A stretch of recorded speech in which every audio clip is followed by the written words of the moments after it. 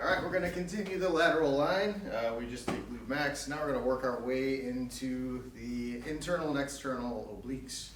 So this is kind of for the lateral line is the side portion here. Some people, lovingly refer to them as love handles. So whether you have them or not, there are muscles underneath there that can get short, stuck, and with lateral line, we're primarily talking about sideways movement. So people that are chronically sitting at a desk or a chair, leaning to one side, this is typically where I'll find adhesions into these muscles. So I'll show you two different ways to work on this one. We're going to use a foam roller.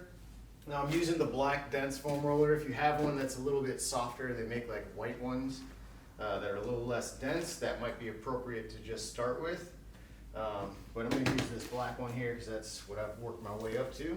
Now for this one, we're going to basically put our arm on one side, legs on the other. And we're going to find where our rib cage is, and we're just going to sink into that soft portion between our hip bone and our rib cage. And most of the weight is going to be on my elbow here, and I'm also going to be kind of putting some weight onto my knee on this side. Now for us to start to find our point, all I'm going to do is use my foot down here, my legs, and my elbow at the same time to kind of pull forward and back and just scanning that area. Now I might have to roll one way or the other a little bit. This might be super intense right out the gate. You're not going to really be able to pinpoint like a specific adhesion, but we're going to work generally through this tissue kind of between the ribs and the pelvis. So once we've kind of sunk into that area, we're going to create some internal tension. So what I'm going to do is lengthen that lateral line. So I'm going to actually use my bottom leg to reach through my heel as I start to open between my rib cage and my heel. So I want to lengthen that line. And as I'm there, I'm going to start to incorporate my breath as I breathe in and out. I can start to move that tissue a little bit as well. Now another trick here, if we want to create that shearing force, would be to take a hold of your tool that you're working with here and apply a little bit of traction or pressure. So we could roll up towards the rib cage, or we could roll down towards the pelvis. It just depends on what you're feeling the most. Typically in this position, as I'm reaching my heel away, I'm going to try to pin and pull the tissue the opposite direction. And that should create that burning sensation that we should be achieving, that kind of like dull, achy, spreading, burning type sensation into that fascia. So again, just holding, breathing. I've been here a little bit longer than 2 minutes, so I'm going to switch sides. So again, this area is pretty sensitive.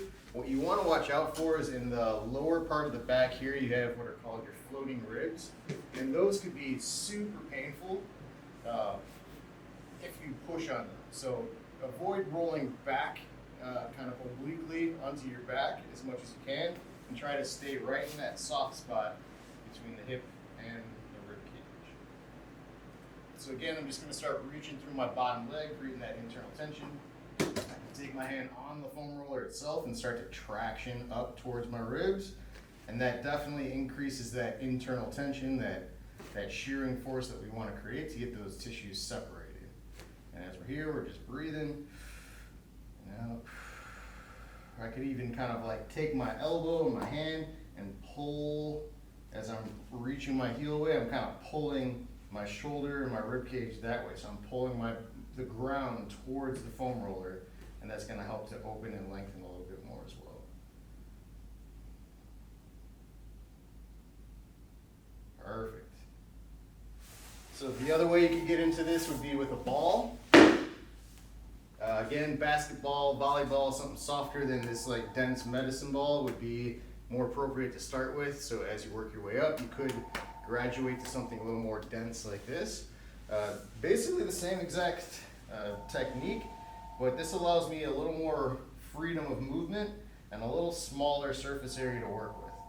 So once I'm in there, I'm going to reach through the heel, pull the elbow in, lift the chest, deep breath, and that's pretty much it. So we could work through that with this ball either side. Very similar to the foam roller technique. It's just a smaller surface area, so if If you feel like you're not getting a whole lot with the foam roller, move to something like this and you'll be able to pinpoint a smaller area and it'll be a little more intense and therapeutic for you. All right, so try that one out and we'll move to the next one.